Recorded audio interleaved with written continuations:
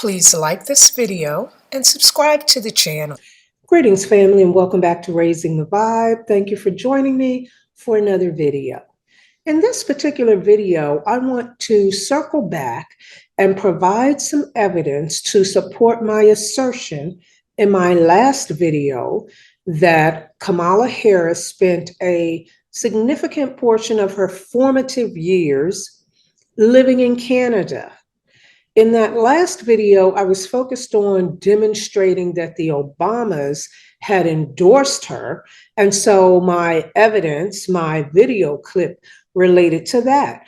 But a number of people have come on my TikTok video about the endorsement and expressed disbelief about the fact that Kamala lived in Canada. Okay. First off, let me say that it's no surprise to me that a lot of Americans are unaware that Kamala lived in Canada because it's nowhere to be found on the White House website, which contains her biography. And in addition to that, although she wrote an autobiography, apparently, according to the news articles, because of course I haven't read her autobiography, there are only about 8 paragraphs in the whole book about all of those years she spent in Canada.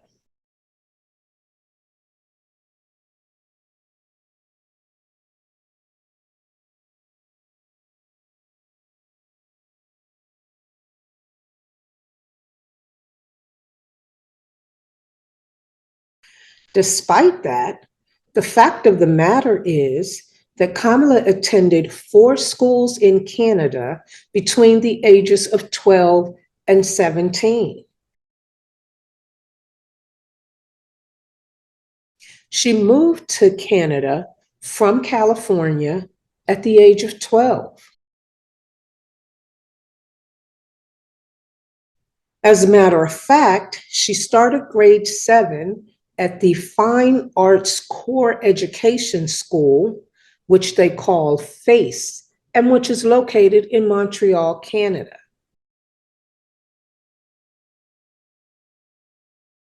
Here's a picture of one of her former teachers showing her picture on his TV screen.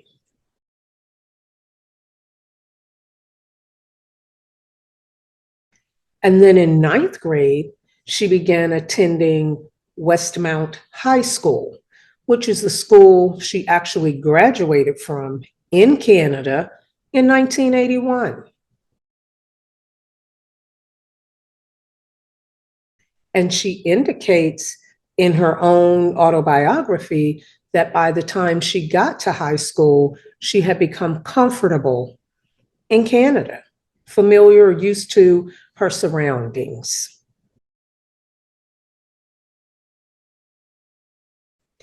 And in fact, although much is made of Kamala Harris having attended Howard University, the fact of the matter is that upon graduating from Westmount High School in Canada, she actually enrolled in Vanier College, which is located in Canada.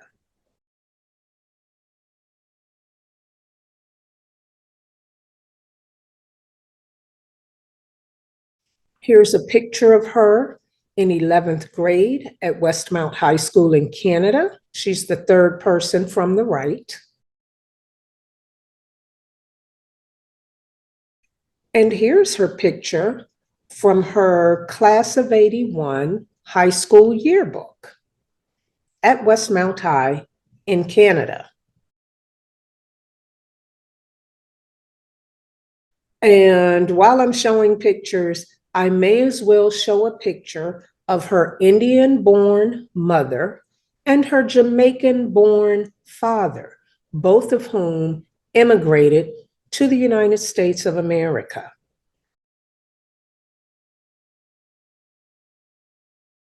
Now, I want to be clear that there's nothing wrong with being a child of immigrants in America. Many Americans are that. There's nothing wrong with a person of color not being a foundational Black American or an ADOS, an American descendant of slavery. The issue is when one pretends to be an FBA, a foundational Black American, while actually being a child of foreign-born parents who immigrated to America. And that's what we have with Kamala Harris. And that's why it's an issue. And there's also a fact or a problem in my mind with the fact that she spent her teen years in Canada, all the way from the age of 12, in fact, through to graduation from high school. And she even enrolled in a Canadian college prior to attending Howard University.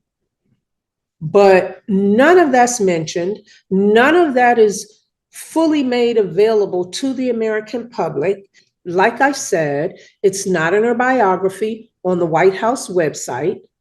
It's mentioned only in passing in her autobiography, and she doesn't talk about that. Instead, she mentions Tupac and invites Kirk Franklin to the White House with Billy Porter, whom I don't claim, and other African Americans, and associates herself and tries to position herself as if she's a Black American.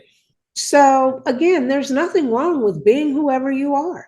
And Barack Obama was elected president, and we all knew he wasn't a foundational Black American. At least I knew, because you can't be one with a Kenyan-born father and a white American mother. And people loved him, and they loved the job he did. Now, will they feel the same about her? I'm not sure. She certainly has significant support among women and among certain Black folk in the United States. It remains to be seen whether she earns that support, whether she acts in a manner that's worthy of that support. And from what I've seen thus far, I mean, to me, she treated the vice presidency as a no-show job. She was the border czar who never went to the border, only went once. And we see what a mess the whole border situation is. So I don't have any great faith in her ability to be effective as president of the United States. If she's elected, I hope she proves me wrong. And none of that really is the point of this video. The point of this video is to substantiate, to provide evidence of my assertion that she grew up in Canada. So, I mean, you know, she grew up in California up through the age of 12. At 12, she moved to Canada. And those are really important years, your teenage years, your high school years. So that definitely separates her from foundational Black Americans. And again, it's okay not to be an FBA, but it's not okay to not be an FBA and pretend whenever it's convenient that you are. That's all I have to say on the matter.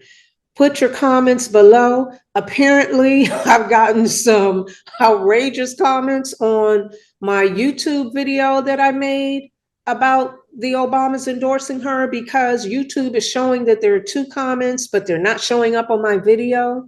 For the record, I don't moderate comments. I let them all come in. If I feel they're worth responding to, I will. Otherwise, I won't. But in my opinion, you can say whatever you want to say, because I'm going to say the things that I believe. And it's not my position or my purpose to prevent other people from saying what they believe.